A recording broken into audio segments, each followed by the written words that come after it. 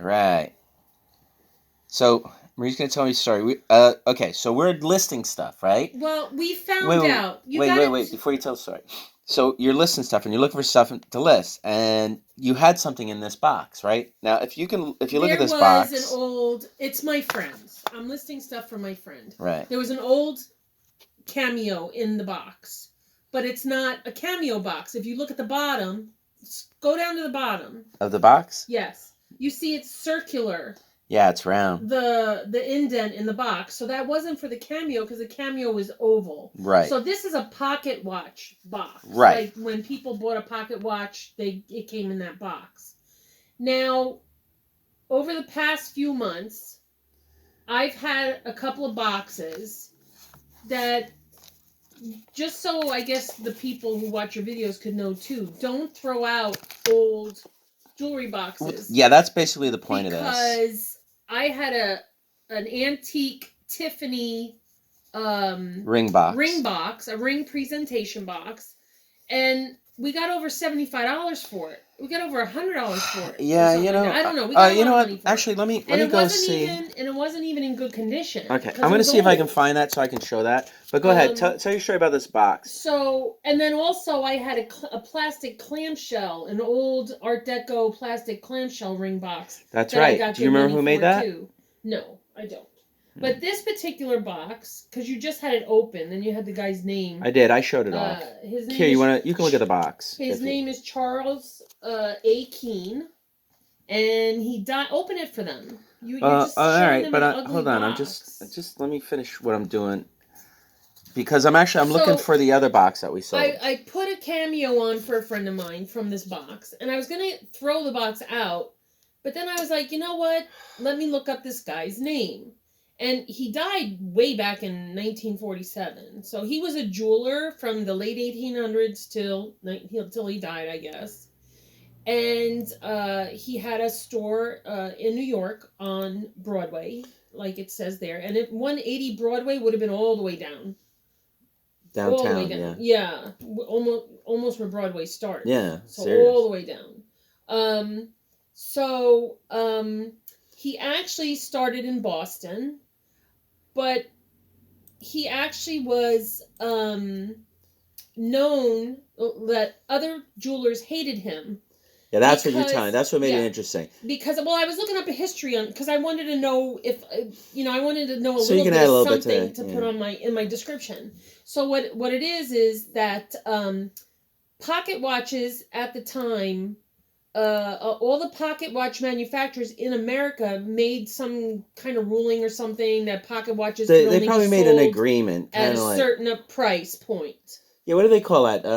Not a monopoly. It's not a monopoly. It's basically price fixing. Well, they all wanted to sell the watches for around a particular price. Price fixing. Yes. Yeah. But what would happen was when they had leftover stock, like old styles or whatever, they would send them to Europe and sell them in Europe cheap. This guy figured that if he travels to Europe and he buys them cheap, then he can bring them back to the United States and sell the watches cheaper than the wholesalers, the manufacturers here, were selling them for. Yes. So they were all pissed at him because they didn't like that he was selling the watches so cheap.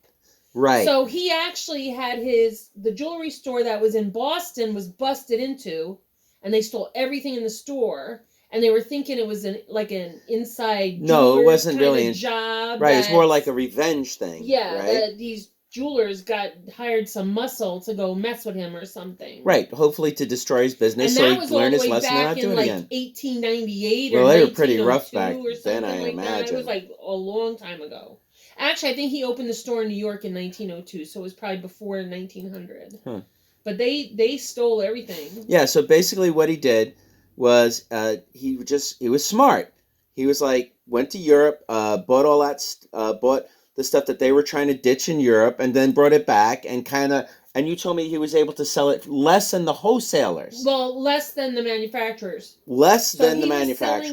He was selling their original product for less than they were selling their products for. Which is insane. And I thought that was actually a pretty interesting story. Now, what I'm doing right now is I'm showing the box. Ah, got it. Okay, here it goes. All right, this sold actually for $117.50. All right, let me just scroll down to here.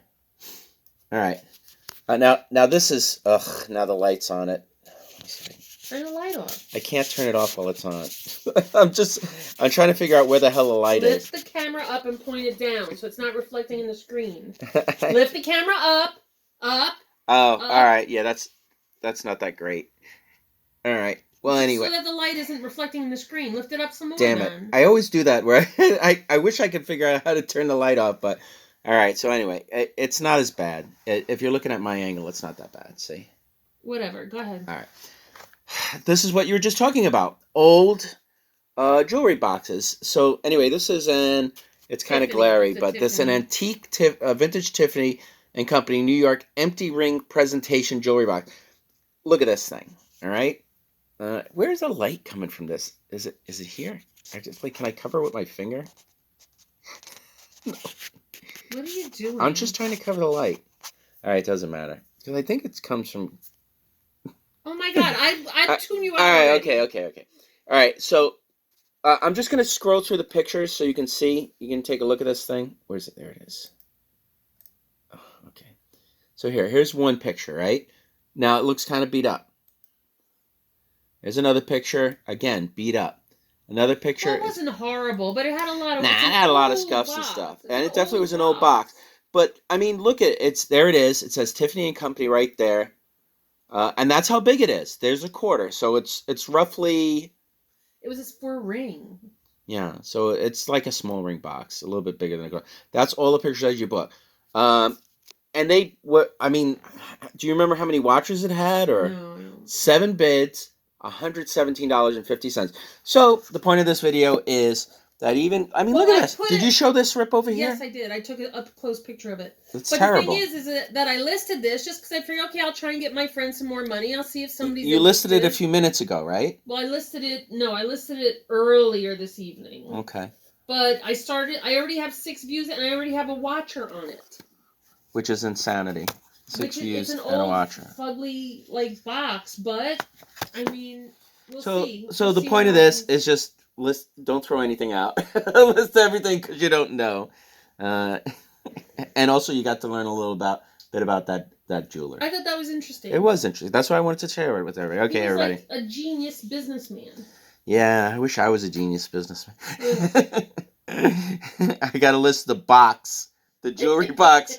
Can I see the box? Instead of the gold pocket watch. This is all I have from the genius businessman. This is it. The box. The beat up box. He made pencils and pens. He also, what else did he Marie, I'm touching greatness, I guess. Mm. All right, anyway. Out of here? Yeah. Okay, bye.